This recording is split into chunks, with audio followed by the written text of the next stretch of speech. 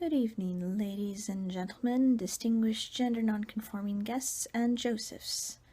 I'm now about halfway through my first week back at school, and I just wanted to inform you that I am cold. Cold, cold, cold, cold, cold. In their efforts to preserve the historical integrity of the buildings on campus, the school hasn't updated the windows since 1903, somewhere thereabouts.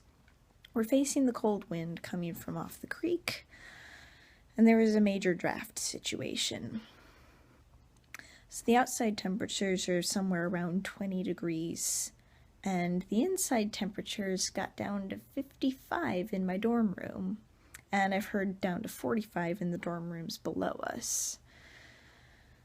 Maintenance came and taped a plastic bag up to our air conditioning unit to keep some of the draft out. It seems to be helping. It's gone up a whopping 2 degrees. In the meantime, we've moved my roommate's fish to our friend Kira's room, where it is warmer. That said, I have just seen pictures of my brother and his girlfriend out on their road trip, and last I heard they were somewhere in Arizona camping in snowy, probably 20-degree kind of conditions. So I hope he's gotten himself a coat by now. So the plastic bag on the air conditioning is working. Our room is now warm. Yay! Apart from that, this hasn't been a very exciting week. It's been go to class, eat, study, stay warm, sleep, repeat.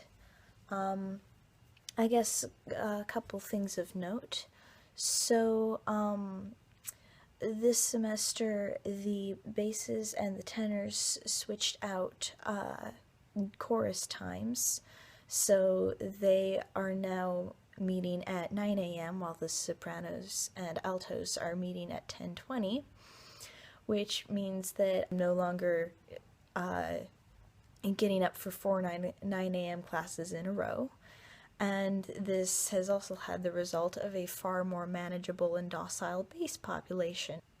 That's something I've found really interesting about the curriculum of the school, is getting to see similar topics coming up. And you'll cover something in language that'll also be relevant to things we're discussing in seminar as well as in math. So at this point, commensurability and incommensurability has been coming up a lot, and that's basically excuse me, whether one magnitude can be measured in terms of another magnitude.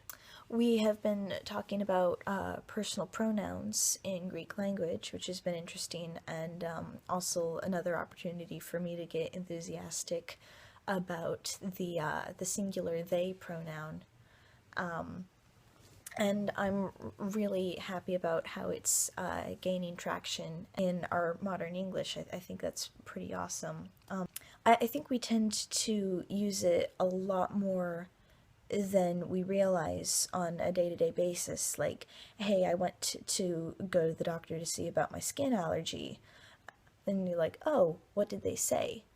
A lot of the tutors are kind of the traditional types, or they're just not comfortable with using they outside of a plural context, using he or she in the context of he or she said such and such.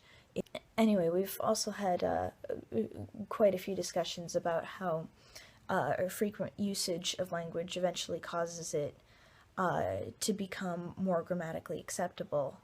And I mean, it's a lot more organic than we realize, and it's constantly evolving. I found it relatively easy to get my brain to adapt to new patterns and styles of speaking.